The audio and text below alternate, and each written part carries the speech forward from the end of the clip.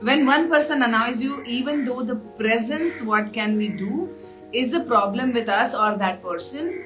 Basically, you want to know more about annoyance. Okay, I get it now. So what you're saying is, when a person annoys you, even their presence in your space annoys you, and is it their problem or is it your problem, and what do you need to do about it, about the annoyance, right? Okay, great question again, Mamta. Okay, now remember something.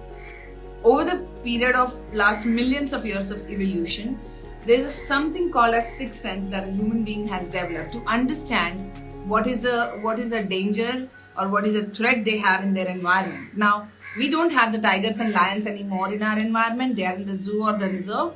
But the challenge with us is now these tigers have been replaced by sometimes by losses, sometimes by EMIs, sometimes by human beings in our life, right? So we have developed something called vibration over the period of millions of years, and everybody is here who's sending the electrical sensations, like the electric vibes outside. So when you are with a person, and if they are operating on a certain frequency and you're operating on a certain frequency, the frequencies don't match. And when the frequencies don't match, there's friction. And when the frequencies match, there's friendship.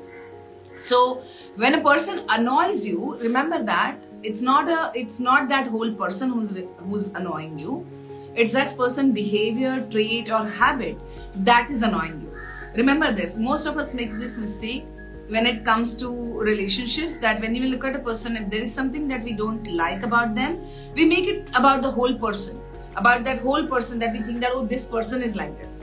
No, it's just an isolated trait, behavior or habit that you're not liking in that person. So in that case, my suggestion is, if you're able to isolate that habit and look at also the other strengths of this person, this is probably good in this person. Only this one habit is something that I don't like.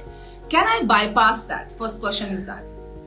If you can't bypass that, is that habit or behavior something that bothers you, or is it pointing something towards you?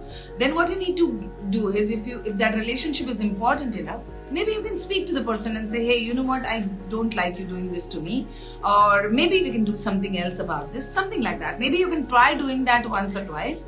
If it doesn't work, then I would say just leave it. Now, see, you have a choice. If you are not very close to this person, or if this person is not a family member or nearby, you're not social circle, maybe you can just drop that person from your life. But a lot of times it happens that those who annoy us are the family and friends, our own close people, the people whom we supposed to love. And the annoyance is coming because you feel fundamentally that you're supposed to love this person, but you're not able to love that person, because that behavior, that trait and that habit is so much overpowering their love that you're not able to be with that person. So in that case, you cannot avoid the person, right? Because that person is definitely in your life. You got to work on yourself. Because you see, you cannot change anybody.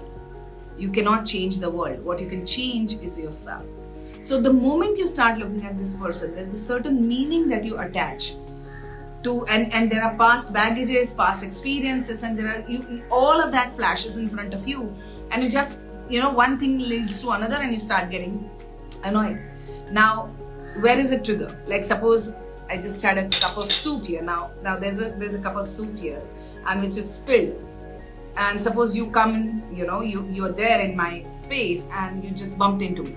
Now the soup fell down, and when the soup fell down, you started feeling like, oh my God, this person bumped onto me and that's why the soup came out. But actually, the soup was already in your hand, and when that person bumped onto you, it just got spilled out of the bowl, right? So you getting annoyed with that person there is an annoyance energy inside you too. So how do you start managing your triggers better? How do you start releasing your triggers better?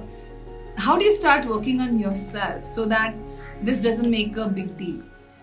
Now, another example of that would be, if suppose you have a spoonful of salt and you put it in one glass of water.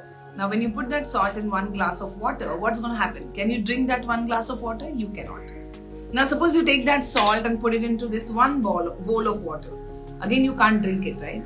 You may put it in the bigger mug. Again, that one big spoon of salt is going to be salty. That water is going to be salty. You can't drink it. But suppose you take that same 1 spoon of water and put it into the big pond or a river. How can you drink that water? What changed here? The salt didn't change. The container of the water changed. And that's you. The person is annoying you because that annoyance shrinks you.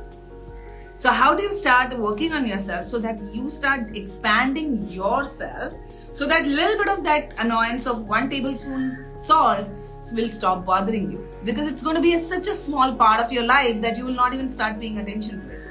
And that's how you work on your annoyance. That's how you let it go. Yeah? I hope that helps you, Mamta.